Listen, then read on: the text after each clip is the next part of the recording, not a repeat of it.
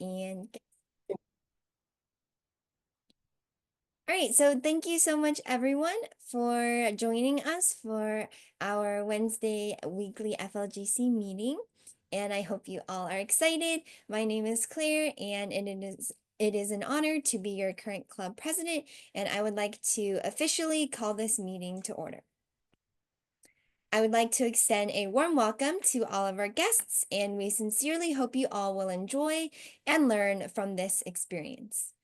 The Future Leaders Gavel Club is a Toastmasters club open to middle and high school students, in which members are empowered to develop communication and leadership skills, resulting in greater self-confidence and personal growth. Each meeting has 3 parts. First is a prepared speech section. Next is the table topic section. And finally is the evaluation section. So to start off our meeting tonight, I just have a quick couple of announcements before I pass it on. So firstly, some of you may have seen in the email that I sent out regarding our speech evaluation contest. So we will have the speech evaluation contest next Wednesday, which is May 28th, 2025. And essentially that will be our intra-club speech evaluation contest. So it will be a contest amongst our FLGC members. And then the winner, or the first place winner of the intra-club contest, will have the opportunity to represent FLGC to compete at the national level. And William, did you have any announcements about that? Yeah, thank you so much, President Claire. So for those of you who are new to the system of the inter and intra club contests that eventually lead up to the North American stage and for the prepared speech competition, we'll know because Claire, she's represented us at the international level and won the championship there. But I guess what I just wanted to quickly share was I'll go ahead and share my screen. A few very important dates, times, and logistics. So as Claire mentioned, the sign up for the intra-club contest has already been disseminated through our email channel. So with that, you're basically signing up to participate in our contest next week. Now, in this contest, you'll be competing friendly competition between our club members to see who will be the top 3 and who will help to represent our club at the national level. So I'd like to very quickly say that if you are interested in representing us, and if you are just interested anyways in participating in our contest next week, you should know a few things. Number one is that the North American evaluation contest is on June 8th. I think that is a Sunday.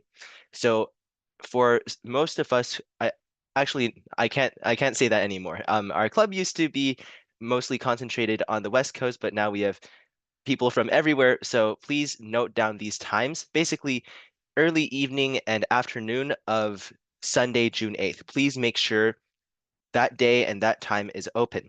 Meanwhile, if you are selected to represent our club by the judging panel next week, you also need to block off your Saturday. So that would be June 7th, 2025. The reason is they have a dress rehearsal to make sure everything is working well. That helps us to prevent any mishaps or technical problems that might present in the actual tournament. So that's just the dates and times that you should have down, and please mark those on your calendar if you even have a little bit of interest in participating. I'd also like to say that I think Claire and Caleb, you guys should also be on the email communications with the Group L, which is the American Youth Gavel Club Association.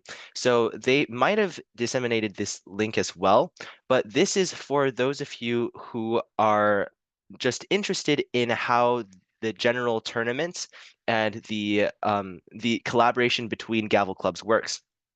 As you can see, there are a lot of volunteer roles that help run the contest, and these names are actually fellow Gavaliers from other clubs. So we have clubs from San Diego, there's a lot of them in Texas, Northern California, I believe elsewhere as well. But these upstanding Gavaliers, I always see their names on the signups. So I would highly encourage all of you, whether or not you are selected to represent our club at the national level, to try your hand and help to host the speech tournament. So this is just a basic look, and I can also send the link in the chat towards the end of the meeting. I think that is all for now. Um, also, though officially each club has one representative, so as seen here, we are Future Leaders Gavel Club, and we're in an association with a number of other gavel clubs around the nation. Typically, we only have one person represent us at the national level or any of the future contests. But keep in mind that sometimes whoever gets first place may not be available or may have some technical difficulties on the day of the contest.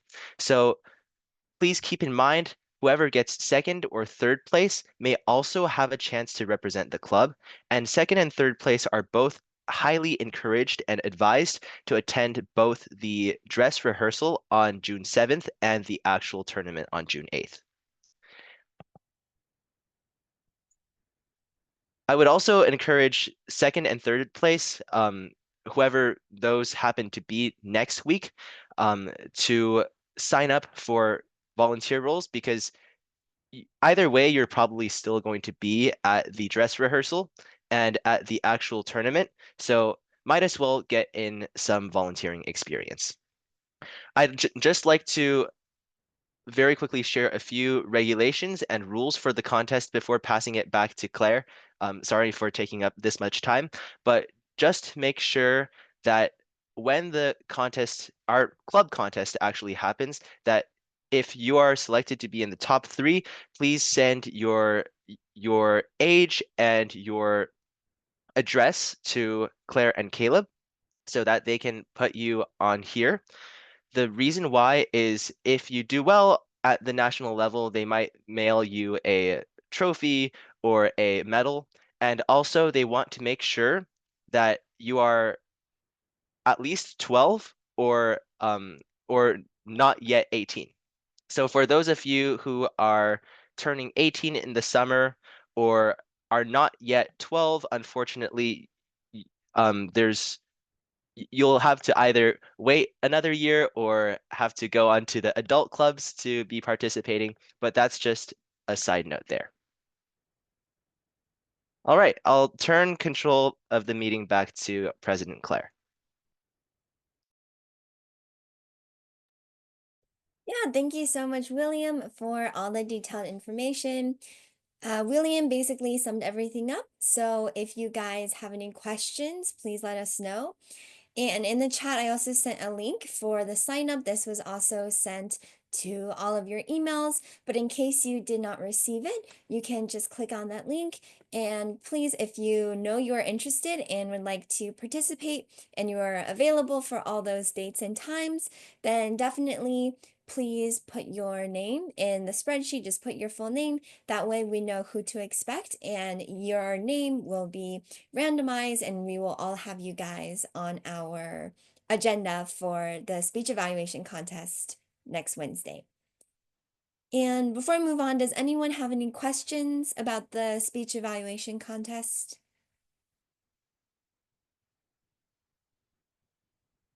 Okay, if not, no worries. But if you ever do, please just send an email or you can let us know at the end of today's meeting. And one thing I wanted to double check, Angelina, if you will not be competing next week, would you be interested in being the timer? I can do that. Okay, great. Thank you so much. And then, yeah, I will also talk to some of our other members about the roles for next week's evaluation contest. Okay, and with that being said, I will pass it on to our Toastmaster of the day, who is Angelina. Take it away. Thank you, Claire. So today, let's start off with functionaries. So I did send out an email saying that this week the newer members and guests would be able to try out roles for the first time. So if there's a role that you're interested in, when I call out that role, you can raise your hand and I will assign you that role for today. So the first functionary role is the general evaluator. So what the general evaluator does is just give an overall evaluation of the meeting and everything that has happened during the meeting. So is anyone interested in taking that role today?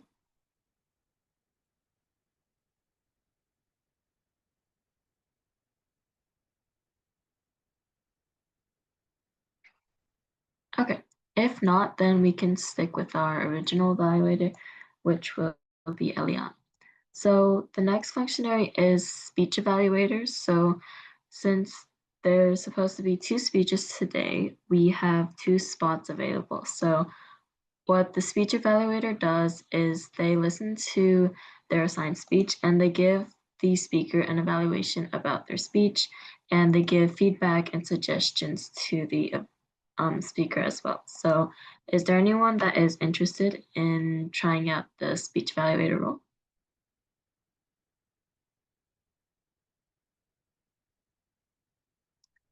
And since the evaluation contest is also really near, this would be a good opportunity to practice and try out your evaluation skills as well.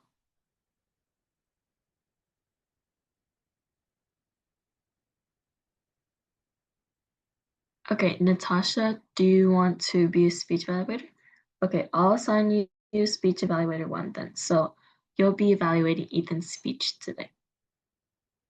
Does anyone else want to try being a speech evaluator? We have one more. Okay, so Howard, I think you were assigned to give a speech today. Do you have a speech prepared? Um, I don't recall giving recording notification saying that I'm giving a speech. Okay, that's fine. Then we can take you off for that. But since there won't be a second speech, we will only have 1 speech evaluator then today. All right. And if you would like, I can assign you a role the next meeting or something. So next we'll have the all counters role. So what the all counter does is basically just listen in for any I think the all counter is responsible for noting crutch words throughout the meeting, like words like uh, so.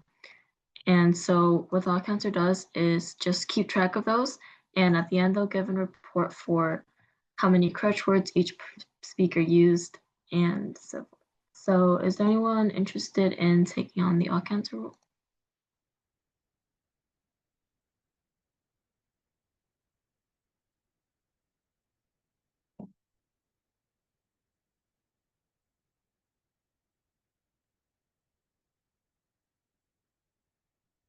Okay, if not, then we'll stick with the original all counter, which will be William.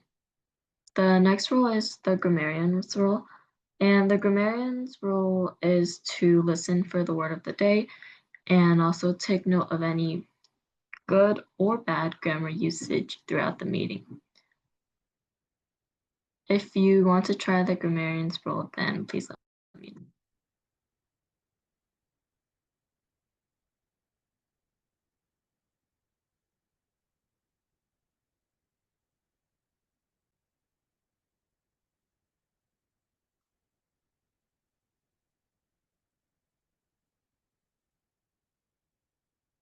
Okay, then the last functionary is the timer. So the timer is in charge of keeping track of all the times for the people that have spoken throughout the meeting. So, for example, timing the speeches, timing the table topics, responses, and also the evaluations and functionary reports. And the timer's role is a bit more complicated because there is a minimum time requirement for each kind of speaker. So, for example, speeches, the minimum required time is 5 minutes, while the maximum is 7 minutes.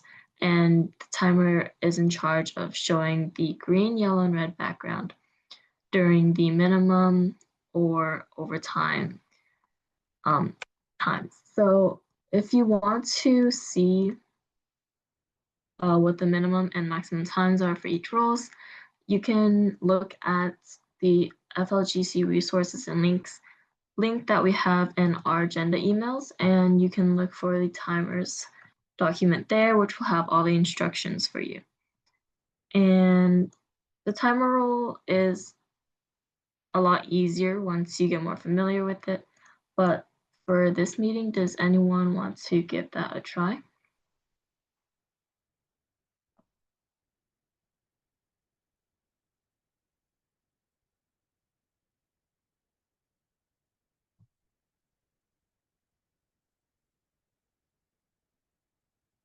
Okay, if not, that's okay. And you guys can familiarize yourself with any roles you're interested in for the next meeting.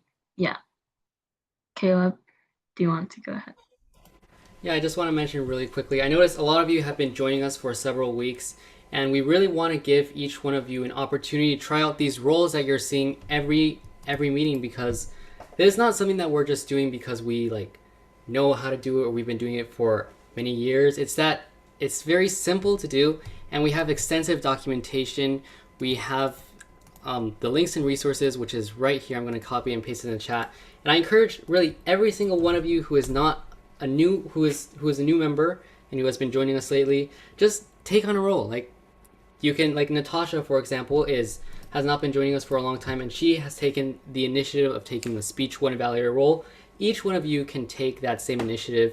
For example, all counters report, grammarians report, timers report, general evaluator, all that we have extensive documentation, and we're really here to support you, and we want to see you try out these roles because it's the next step into getting the full experience. Because listening to speeches and all that, that's great, but you can, exactly, like all counter is the easiest role. So if you're like really scared about I don't really want to do a role thing, just try all counter. Or maybe you want to challenge yourself, try a different role, because that's the way that you can truly grow, and you're going to really see that there's a big difference between the FLGC of just sitting listening and FLGC of participating.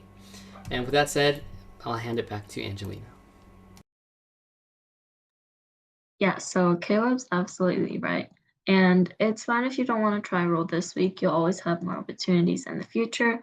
But we do really encourage you to try out roles because we do understand that it's your first time as well. So there's not too many strict requirements either. So the last call, is there any new guests or members that want to try a role that has been listed?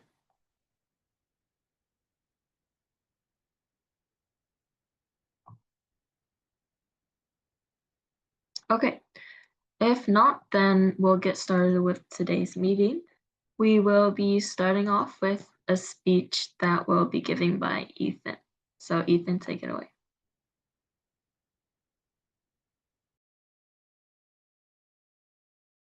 Let me set up my slides because I do have slides.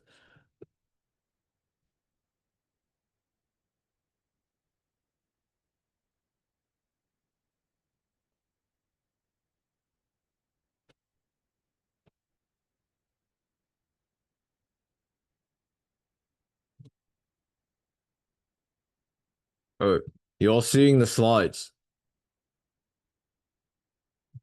So, as you may know, I have done several speeches now at this point now. Oh, I just realized my camera looks kind of weird.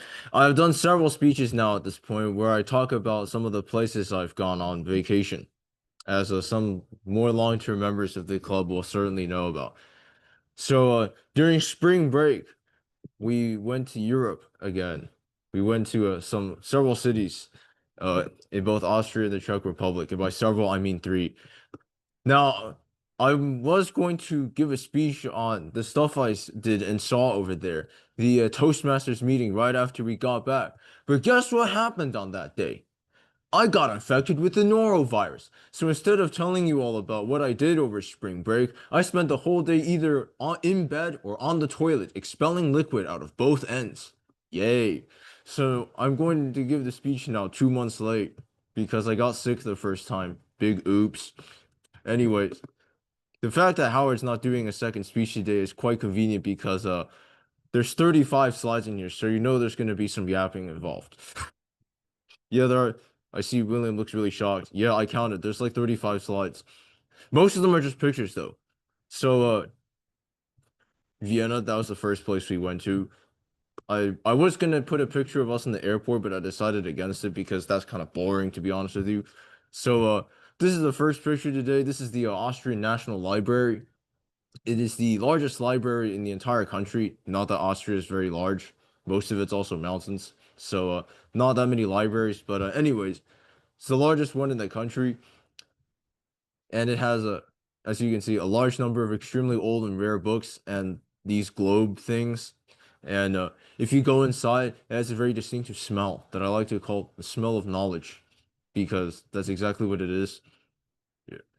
Oh, I only have one picture of that. So now this is the CC Museum. Who here's heard of CC? Okay, I don't see anybody raising their hands. So to be honest with you, I kind of forgot what her actual name is, but most people call her Cece. That's just like her standard nickname now.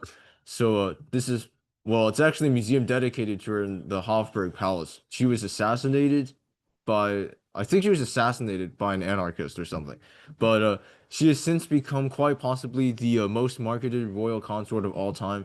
If you go to Austria, you will see what I mean. Just go into a random souvenir shop and you will see her likeness plastered on quite literally every sellable item. Mugs, yup. Coasters, yup. Calendars, yup. Socks, hell, yup. Anyways, who's heard of this place before? For any of the music people here, like Caleb, I imagine Caleb would probably like this place. Although he has his video off, so I can't tell if he is affirming that claim or not. But this is the Music Verein. It is one of the most. It is a world famous performing arts venue in Austria. This is what it looks like inside. This is the orchestra playing Vivaldi's Four Seasons. Oh yeah, Caleb's turned his video back on. So yeah, he's got thumbs up. I'm going to assume that means he would enjoy this place because after all, it is a world famous performing arts venue. Of course, two-set violin approved, I must say as well. Uh, no, and then we have this museum. I spent like 15 minutes trying to learn how to properly pronounce the name. I think it's Kunsthistorisches. Yeah, German is weird. They got like 20 letter long words are not very rare in the German language. I believe language call that like agglutinative or something like that. But here are some famous paintings we found. This one, which is Madonna the Meadow by Raphael. Oh yeah, I had to include some gifs. You will see many gifs in the slideshow because I have free will and I can put these in there because I wanted to. Uh, this is The Art of Painting by Vermeer. How many of you guys, if you guys have ever seen these paintings before, be sure to let me know because it would be nice to know that I'm not the only person who knows what these are. Anyways, this is probably the only self-portrait we have of Vermeer because one, he painted like 34 paintings, and two, he didn't really sign any of them, and it's hard to know what actually Vermeer's and what is not. But this is the only known possible self-portrait of Vermeer. He's got his back to us, which is a kind of an L because I would have really wanted to see what he looks like. These next 3 painting. Well, I said next 3. The third one is on the next slide. This is Peter Bruegel the Elder. He likes to paint peasants, or as Jack Black would say, "Oh, these dudes, they're the villagers." Yeah, I had to slip in some Minecraft movie references. Yeah, this is the peasant wedding, the peasant dance, and on the next slide, the hunters in the snow, certified Minecraft villager activities for real. Am I right? Uh, Oh yeah, and then this is the final one. How many of you guys have seen this one before? This is one of the slightly more obscure. Oh, Hillary's raised her hand. I'm assuming that means a yes. Okay, Arson Baldo is probably one of the slightly more obscure Italian artists, but yeah, this is his style. Also, my camera fell down. There you go. You may have noticed that this person is made out of vegetables. Yeah, that's just his style. He likes to paint portraits, except all the portraits are made out of anything except, actual human tissues. He's he's even painted a portrait of a librarian, except the librarian is made out of books. Which brings me to a tangent for those of you who play Minecraft. Did you know the hat the librarian villager wears is actually a book? I just blew your minds. Anyways, Hillary's raised her hand again. Hillary, do you have something to say? No, I was just raising my hand to like say, yeah, I did. Cool. This is Schönbrunn Palace.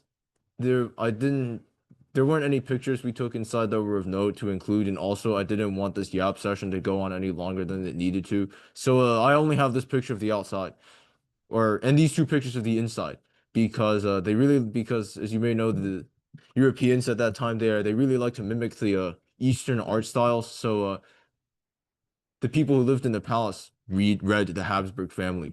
They imported loads of lacquer straight from Beijing.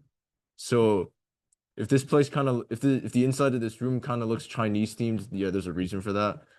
Also, look at the picture on the right. You've got the certified Chinese white and blue color scheme that you have on all the rice bowls you eat off at home. All right. New art gallery. We have the Belvedere art gallery here. There's actually an upper one and a lower one, so don't confuse the two. Yeah, make sure of that. Here on the left, we got the kiss. Yeah, I had to put in the soy jack meme because this is like the most famous painting to come out of Austria in like a while. Also, this guy was certainly a heck of a lot richer than Vermeer because he was able to afford to use actual gold leaf in this painting. And then if you thought that wasn't impressive enough, guess what other precious metal this painting contains? Hint, it has symbol PT. Does anybody know this? It's platinum. This guy put platinum leaf in this painting, which is kind of impressive because like, damn, how rich is this guy? He put like two or three different precious metals in this painting. Like, how did he afford all that? So yeah, also this is another painting of his. I believe it's called The Lady in White, and it's not actually finished. The one on the right. Oh, yeah. This is we also visited a museum called the Albertina, and we took a lot more pictures of other paintings than just this one, but this is Rene Magritte. You probably know him for his painting The Son of Man, which is the one where the guy has an apple in front of his face. How many of you guys have seen that one? Because that one's slightly more famous than the one we took here. Yeah, I see Eliana's raise her hand. So this is not as famous, but it exists, and it looks kind of weird, but that's the point because it's realism. Yeah, we didn't just visit Vienna though. We decided to speedrun visiting as many cities as possible. So then we went to Salzburg for 2 days. Oh yeah, this is what Salzburg actually looks like. There's a fort. They have like this fortress over here that you can see, and then they have a river with a bridge, and then like couples like to attach locks to the bridge. I feel like that's a pretty common occurrence. A couple they go to like a bridge and they attach a lock to it to symbolize their like everlasting bond or something. Uh, if only if only like how what percentage of relationships eventually end in a breakup? I don't know, but it's probably at least 30%, which is bitterly ironic. Yes, I did in fact estimate the number of locks on the bridge. I think it came out to like 20 something thousand. Anyways, if you're wondering how I did it, I divided the bridge into these rectangular grids. drew a random vertical and horizontal line, counted how many locks intersected the vertical line, how many intersected the horizontal line, multiplied those two together, multiplied by the number of these rectangular grids on one side of the bridge, and then multiplied that by 2 because there's 2 sides on the bridge. Because I'm me and I can do this sort of stuff, and I like it. Okay, now we have a Mozart's house. Yes, the bright yellow one, because I mean, I guess they had that kind of choice of color. They wanted to stand out, I guess, because I mean, he is Mozart after all. Dude was giving concerts before he was 10 years old. Classic child prodigy moment for real. This is his first ever violin that I think he got when he was like either 3 or 4. So yeah, this guy was a set for life. Also, they somehow managed to preserve his hair. Yes, that is Mozart's hair on the right. Fun artifacts to see. It's kind of like, when you go to Galileo's museum and they have his finger in this really ornate display case. But that's another story. Oh yeah. Hold up. I just realized I forgot to share my computer sound. Oops. Let's do that again. Yes, I did in fact play the Minecraft drinking sound effect because this is the Königssee, which is not actually in Austria. It's in southeastern Germany. And the water's really clean. And by really clean, I mean one, you can see through it, unlike most lakes. They got that like nasty green color because all the algae's inside and it's yucky. You can actually drink from the water here. And I'm pretty sure like these buildings here, the water that they use for the sinks and stuff comes directly from the lake. So that's pretty cool. Oh yeah. Average post 1.18 Minecraft world generation. Oh yeah, there's also a fun thing where they do where you take a boat onto the lake and then you go into the middle of this valley and then the captain of the ship blows a horn and you can actually hear the echo of the horn because due to the material composition and height and steepness of the sides of the valley, any echoes that come off of it will be extremely high quality. So you can recreate like the classic trope from like Looney Tunes where like the character screams into the canyon and they hear the echo. You can actually do that in real life now. Yes, I also did this. I got out a stopwatch and I timed the echo because nobody is stopping my nerdy brain from doing these sorts of activities. Oh yeah, this is Hallstatt, which actually means Salt City, and you will see why on the next slide. Also, I know some people who play Minecraft, they like to blow up villages in the super flat world with loads of TNT. So if you want to up that experience, you can try reconstructing this place in Minecraft and then blowing it up with TNT. Because it's like the standard postcard village. If you've ever seen if you think this place looks familiar, that's probably because a village that looks almost exactly like this has been put on a postcard somewhere. Now there's the real fun part. I know we have several Minecrafters in the audience here. They would really like this place. This is in fact a salt mine. It is the world's oldest salt mine. Does anybody want to guess how many years it has been active?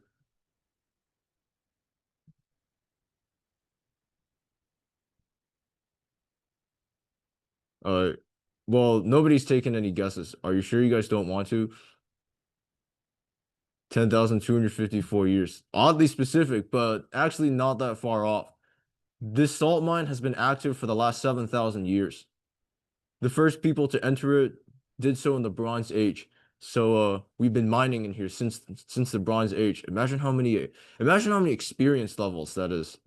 Because also I don't actually know if Minecraft World Generation would actually allow you to mine out of the same spot for 7,000 years. I guess the early humans figured out how to install a data pack or something. I don't know, but there's lots of salt in this place. Yes, this is a picture. Yeah, the one on the left is in fact a picture of me. And yes, it does also doesn't it remind you of Steve's mind from the Minecraft movie?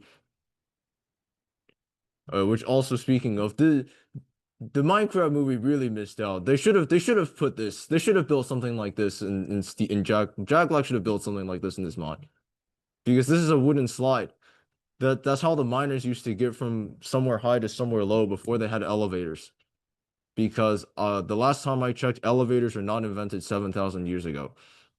Also, the salt they mine tastes really good. I use it to season my scrambled eggs every morning.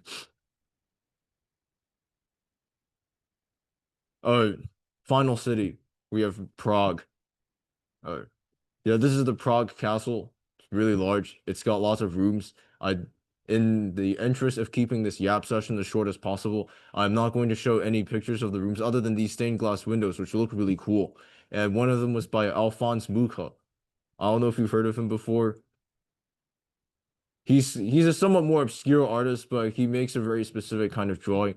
He designed one of these windows. I think it's the one on the far left, and he also put an advert for an insurance company on the stained glass window, which I find kind of humorous because this is a medieval castle after all, and the stained glass window looks like a medieval stained glass window, but it has an advert for an insurance company. Uh, oh yeah, and then right outside we have this house. Who here has read anything by Franz Kafka? No, I mean, he did write some pretty famous stuff, like The Metamorphosis, which is what this meme on here on the right is referencing. You know, the protagonist turns into a giant cockroach. This is the house where he wrote most of his novel and short stories and novels and stuff. Yes, I did actually go inside, and it is kind of small. The ceiling is like 2.5 meters tall.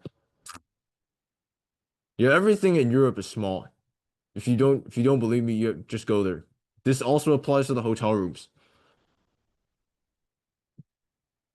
Some aerial views of the old town because Prague also has a new section that you will see soon. And if you're wondering how I got this high up, this is how. They have a clock. It's an astronomical clock. And you may be wondering why it looks like this. You may be wondering how you're actually supposed to read the time. Well, you're not actually supposed to just use this to read the time because this clock not only tells you what time of day it is, it tells you where the horizon is, where in the sky the sun is, where in the sky the moon is, what zodiac it currently is, and like what sidereal time it is, and like where the ecliptic is, and all sorts of other stuff that you probably use in astronomy. But if looking at this is making your head hurt and you just want to know what time of day it is, don't worry. They got a regular clock to the left here, so you can just use that instead if you don't want to know like what zodiac sign is right above your head right now. This is the dancing house. It's in the new section of Prague, and it is possibly the goofiest odd-looking building I've ever seen in my life. Yes, it looks like that in real life, and yes, it does bend inwards like that. Don't ask me how they managed to do that without the whole thing falling on its side, but it did. So you can see the architect names up here on the top. So some more famous buildings we visited. The Louvre Cafe, which it might not look that special, but Albert Einstein was here before, so I gotta visit I gotta visit it because general relativity is fun. And I am majoring in physics, so it's an obligation at this point. Yeah, we went back to Vienna for one more day, and we went here. They have this place called the Vienna University of Economics and Business. Its acronym is WU, which doesn't make sense at first until you figure out that it's from the German name for the place. Yeah, these are some buildings. The orange and yellow one stands out pretty much. It's got a very standout color scheme. Kind of reminds me of Steve's Lava Chicken. And this is the WU Library and Learning Center designed by Zaha Hadid. I think that's how you pronounce her name. Yeah, we just went to like loads of places with designed by famous architects because my parents are architects, and they gotta we do this every time we go somewhere else for vacation. Find a building that was designed by a famous architect, go there and take loads of pictures. Yeah, this is what it looks like on the inside as well. I must admit, though, it looks pretty cool. It looks a lot cooler than the inside of the library at my local university, which I have actually been to. I've did my homework there at least 150 times in the last 6 months. Oh yeah, this is the last place we went to. This is the last major place we went to on our trip. It's this restaurant called the Sofitel Vienna. Yes, it is that high up in the sky. It's like one of the highest views of Vienna you can get, and yes, the ceiling does actually also look like that. It's like a picture of some leaves. Every floor has a unique design on the ceiling.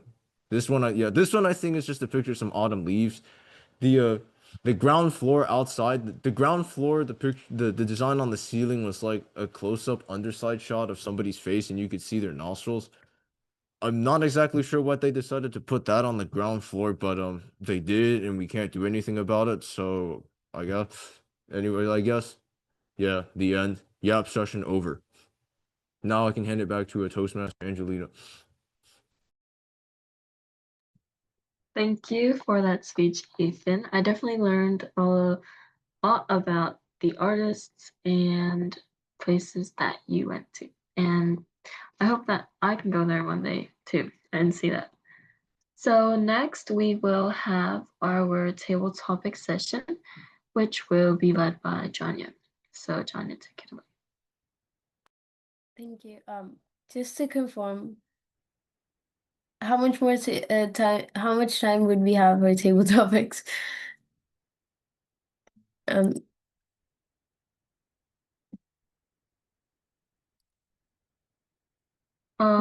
I would say probably until about 50 or just slightly after because Ethan's speech was really long. So Thank you.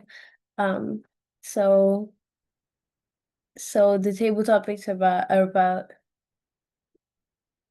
the world suddenly turns magical, not exactly in a good way, in which you have to protect yourself and the people around you. Let me start with the first question. What if a magic sickness turn people into strangers, scary monsters, instead of just sick? How would you stay safe from them?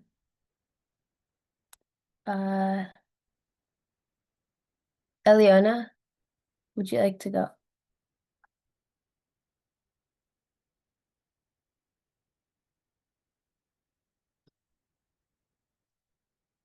If there was a strange sickness going around that turned people into monsters or strangers, I would hide in my house, but also keep an eye on the people who are infected. I would observe them, see if there's a cure to their sickness or if they get better on their own. And if I find that there's a cure, I would perhaps sneak out of my house when I don't see any of them coming, find it, and then try my best to give it to one of them before they get me. Maybe one of the people who turn into a stranger, not a monster, because that would be less harmful.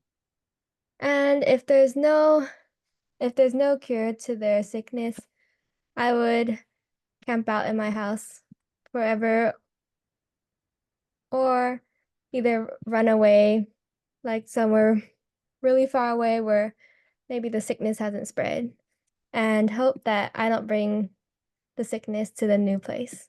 Thank you. Thank you, Eliana. And it totally makes sense. Staying at home is safer. Coming to question 2. Imagine a secret door opens and weird, creepy creatures from another world came out. What's the very first thing you would do to protect yourself and others? Howard, would you like to go? Could you clarify the question a bit? So a door just appears and monsters come out? Yes. Uh, if a door appeared, do you know where it would appear or just anywhere? Just anywhere.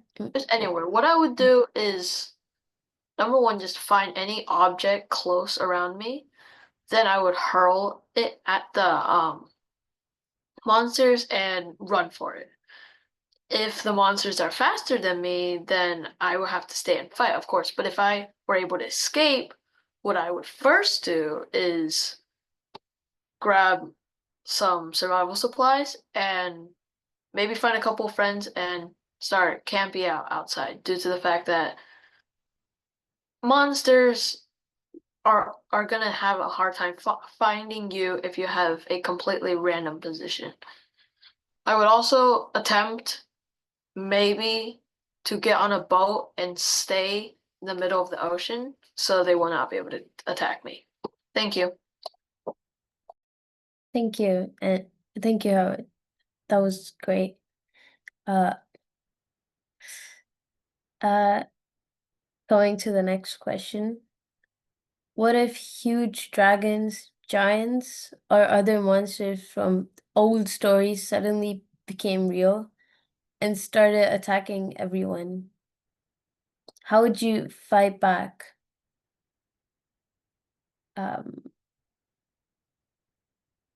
Claire?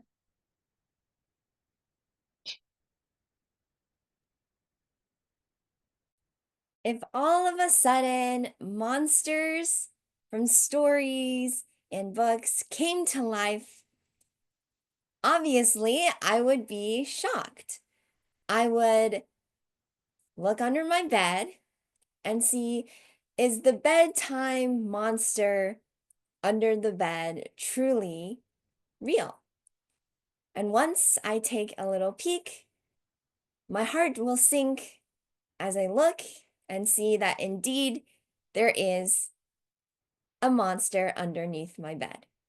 And so my first instinct will be to scream, to jump off of my bed, and to run straight out of my bedroom door and into the wilderness.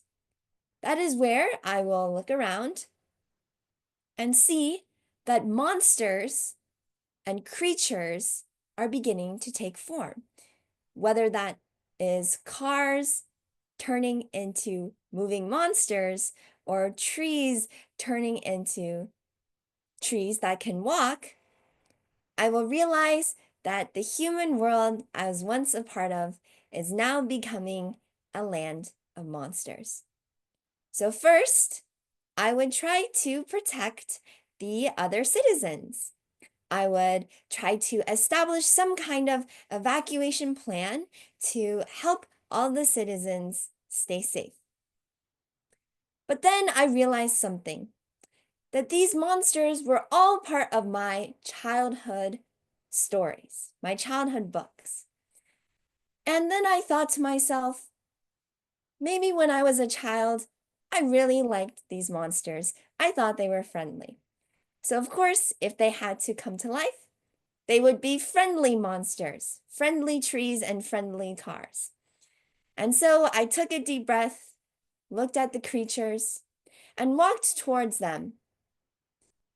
As I shook hands with each of them, it was established that we were all allies and we would coexist as childhood creatures and humans. Thank you, and back to you, Janya. Thank you, Claire. It's great how the monsters are very friendly, but they seem to look a little scary.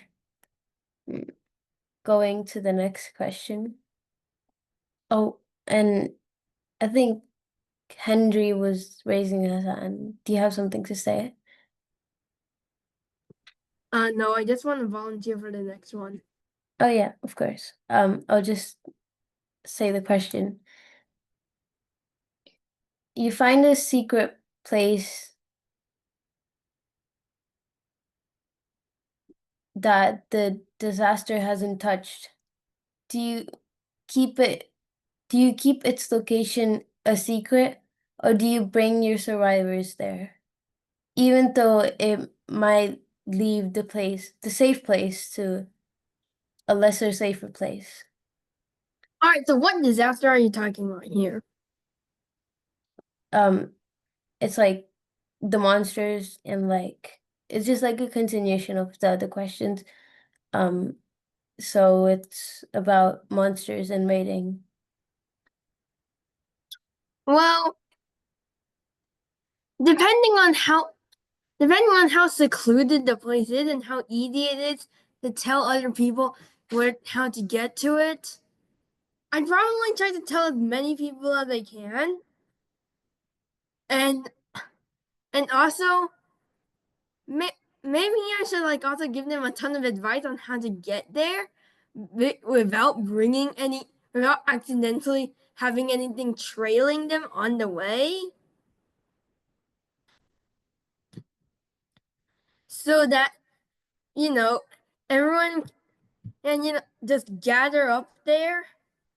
But we need someone to be a leader, so I'm not exactly sure what to do in that department.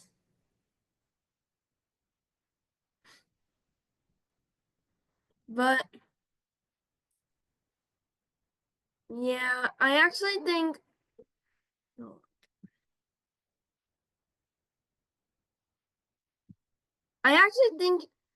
it's basically sort of like intentionally leaving someone for dead if you just know about the safe space but don't tell anyone else.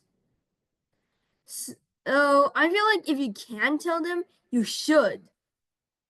Because everyone should have a right to be able to have safety when safety is an option. You know?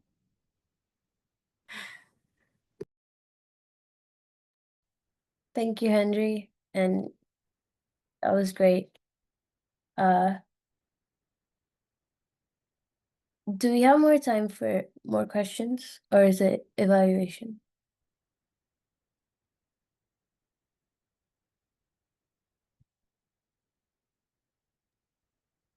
I would say we should probably start the evaluation section.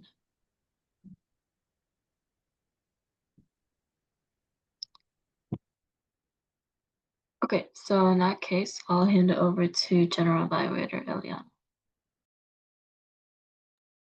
Thank you, Angelina.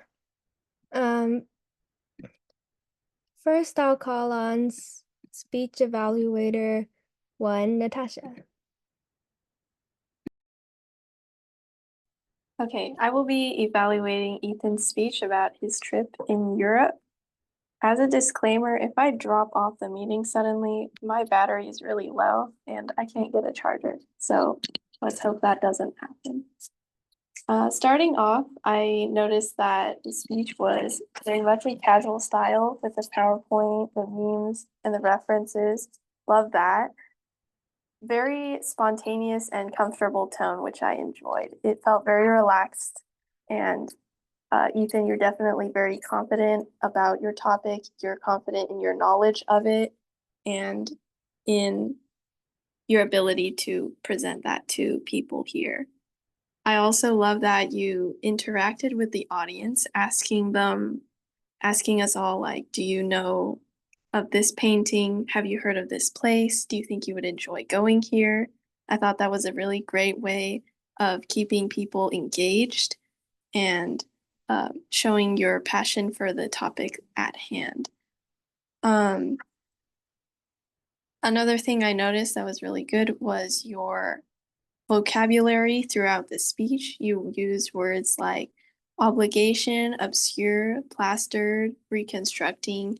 These are all very specific words to describe your experience, and I love that precise language that you used.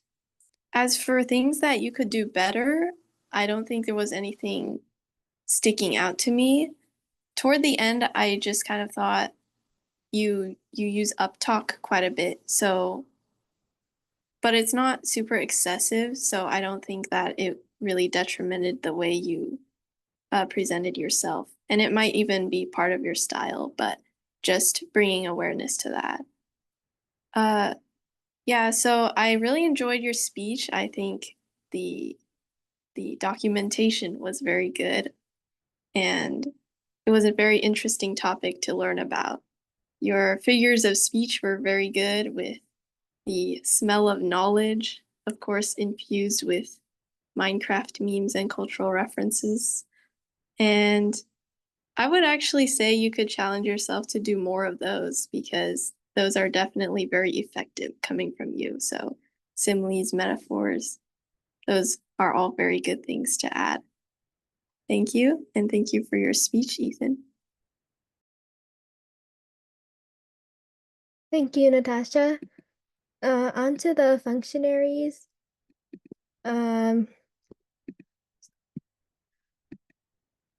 William, will you do the All-Counters report? Thank you so much for the introduction, General Evaluator Eliana. Feature leaders, as an overall note, I think that everyone is at least improving on shaving down their crutch and filler words. Personally, as someone who struggles with crutch and filler words himself, I think it's very heartening to see that eventually all of the crutch fillers and pauses will eventually be abrogated, and I'm excited to see all of you working on that. I'd just like to give a few general notes. I thought that people did a good job trying to limit their uses of crutch words. As I always say in my counter functionary reports, I think it's always better to pause than to fill that space and fill that time with an or The reason is, if you're just pausing, that doesn't exude any lack of confidence. But the more times you use filler and crutch words, the less confident you seem in front of an audience. All right, so I'll quickly just run down the list of meeting attendants and speakers today and give them some quick feedback. First, I had my little spiel and announcement about the Okay, so see right here, I actually paused for a second because I lost my train of thought, which prevented me from filling the space with an My announcements about the upcoming contests. I had 3 ums and quite a few pauses, but that's just something for me to work on next time.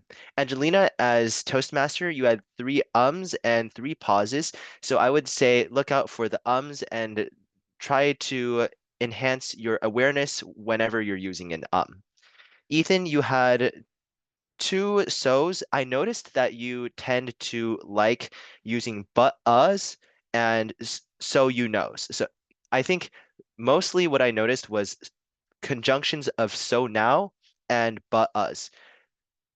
The total with those 2 summed up was around 8 counts, but mostly it was just the repeats and the pauses that I was able to catch. Moving on to Janya. Janya, I caught 5 counts of throughout the hosting of the table topic session. So I would say definitely if you're able to improve your awareness of whenever you're using that would be great, especially when you're reaching the end of a phrase or sentence, because that tends to be where you insert the ums. Eliana as table topic speaker 1, 2 pauses, Howard 1 Claire 1 so, Henry 1 so, and 2 you knows. You knows are a little trickier because they're kind of a conjunctive phrase, but typically you won't use you know because as the audience, we don't always know. So if you're able to cut down on the you knows, that would be great as well. As as general evaluator, Eliana had 3 ums and 1 repeat. So same as before, the usages of and that's something I need to look out for too. And finally, Natasha as evaluator 1 had 2 ums. All right, that concludes my functionary report, and I'd like to hand control back to our general evaluator, Eliana. Thank you, William. Now on to the grammarian report. Michelle.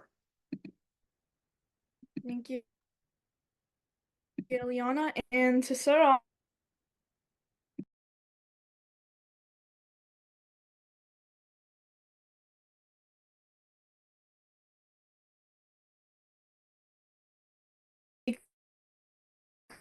Shut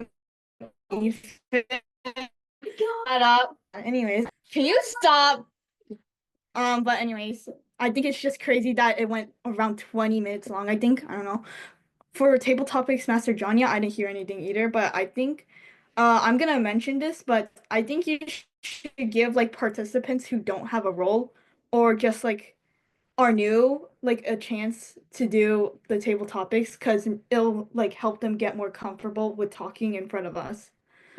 For speaker one,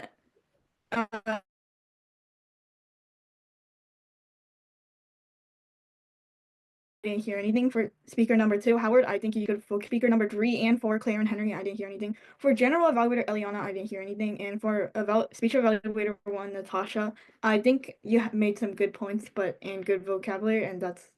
And all counter William, there was nothing either. There was good vocabulary, and that's all. So back to you, general evaluator Eliana. Yeah. Thank you, Michelle.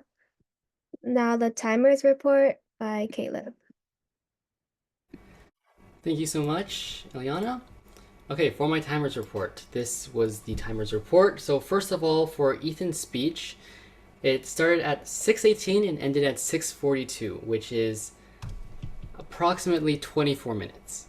But it had lots of great content, and actually, I don't know if it's a record because I remember there was another one that was like for 22 minutes. I don't know. It was definitely up there, but it was a really good speech, and I enjoyed how you incorporate lots of humor and lots of great content into the speech. Next, we'll go on to the first table topic speaker, who was Eliana, with a time of 1 minute and 15 seconds. Howard, you had a time of exactly 1 minute. Claire, you had a time of 2 minutes and 21 seconds. Henry, you had a time of 1 minute and 30 seconds. Then for Natasha, you had a time of 2 minutes and 38 seconds, and that was your first evaluation, so well done, congratulations. Now for the next functionary, which was the all counter, had a time of 3 minutes and 34 seconds, and Michelle had a time of 1 minute and 15 seconds. And with that, I will hand it back over to our general evaluator, Eliana. Thank you, Caleb. Now I will be giving my general evaluation of this meeting. So we had only one, but very long and interesting speech. And you said that lasted 20 minutes. And we had some announcements in the beginning. So we're a little bit over time today, but I think it was really good, and we had a pretty interesting table topics too. And we had a lot of guests. So I'll try to, this will be short, so that's all. Thank you, and back to you, Toastmaster.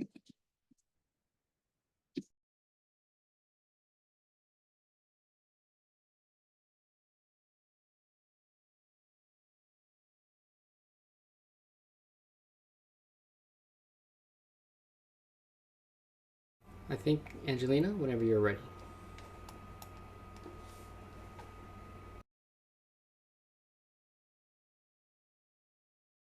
Actually, I think Angelina may not be in the meeting. Yeah, no worries. I will take it off from here. Thank you so much, everyone, for a very successful meeting. And thank you, Ethan, for an awesome speech. A couple of announcements slash reminders similar to what we said at the beginning of the meeting, just in case some of you weren't here. So a reminder is that next Wednesday, which will be May 28th, we will have our intra-club speech evaluation contest in FLGC, and we're definitely very excited.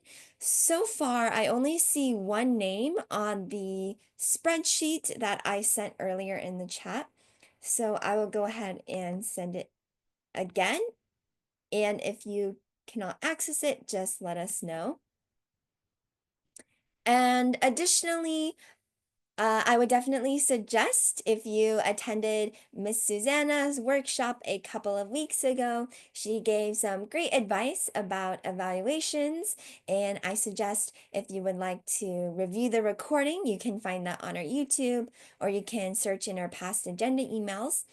Or if you have any questions, also just let us know and we would be happy to answer. So I would just say before you all leave today, if you would like to participate in next week's evaluation contest, please go ahead and put your name in that spreadsheet before you leave the meeting. And for those of you who are newer members, definitely we suggest you participate regardless of what kind of speech or speech evaluation experience you have. This is a great opportunity for all of you to just practice, maybe in a more speech competition setting, and also to maybe even prepare yourself for future evaluation contests and some other speech contests that we have throughout the year, such as our table topics contest and our speech contest. So definitely, I suggest all of you give it a try if you're available to join us next week. But if you know you don't want to do it for sure, you can also definitely watch some of our contestants as well. All right, and before I move on, does anyone have any questions about the speech evaluation contest? Additionally, William sent a link in the chat to sign up to help host the evaluation contest on June 8th. So any of you who are interested, this is a great way to help out. And I believe you can earn service hours, correct me if I'm wrong, for doing so. Okay, if there are no questions, I will move on. Some other things to note, I believe in our most recent agenda email, Angelina sent out a document regarding the membership fee for FLGC. So if you haven't already seen that, you can go ahead and find that. And if you have any questions, you can let us know or let Treasurer Caleb know, and we will be sure be able to answer any of the questions you have. All right, and then I know some of you are also interested in doing speeches. I think I have gotten some emails from some of you who are interested in presenting a speech. So after next week, after our speech evaluation contest, we can definitely assign you all to be a speaker on a certain day. So just please let us know whenever, or you can just send a message in the chat. And that way we all know, and we will be sure to save you a spot to be a speaker. Additionally, Caleb noted that Zelle payment has been added regarding the membership fee. So again, if you guys have any questions about that, please let us know. And I will also put that payment instructions document in the chat, just in case some of you don't have the emails. All right, there you go. Let us know if you cannot access it. And one last thing, we know that some of you are not added to our Google Groups. So when we add you all to our Google Groups, that is when you will be able to see all of the emails that we send out. So that includes the agenda email where you can access each week's agenda and who will be speaking and having which roles. And you will be able to also see if there are any updates such as workshops or contests. So definitely right now, if you know you are not added to the Google group, please put your email in the chat before you leave this meeting. And if you do not yourself have a personal email, you can go ahead and put your mom or your dad's email in the chat. And just make sure sometimes when we try to add you all to the Google group, it will pop up with some kind of error that says that you did not enable the settings to allow yourself to be added to the Google group. So if that happens, we will reach out to you and you can change those settings. Yeah, I see a question from Howard. So definitely the evaluation contest next week is open to everyone. So no matter what experience you have, it doesn't matter if you've been with us for a couple of years or you just joined, this is open to everyone, and we highly encourage all of you to just try it out and give it your best shot. You can even see maybe what other contestants respond with. And additionally, we will also send out in the agenda email a little more information about the evaluation contest. But essentially, how it runs is usually we will have a guest speaker, so we don't know who it is beforehand, and it's not someone in our club. And that person will give their speech, and then the participants in the contest will be put into a breakout room or a waiting room, and the order will be decided beforehand for the speaking order, and we will announce that during the meeting. And then based on the speaking order, the contestants will go one by one into the main room and give their speech evaluations. Hopefully that answers your question. And if you guys have any other questions, please let us know. Additionally, I see some people are sending their emails, so please make sure the things to do before you leave tonight's meeting is first is to put your email in the chat if you have not already been added to the Google Groups. And second, if you're interested to compete in next week's evaluation contest, please go ahead and put your name in the spreadsheet that was sent in the chat.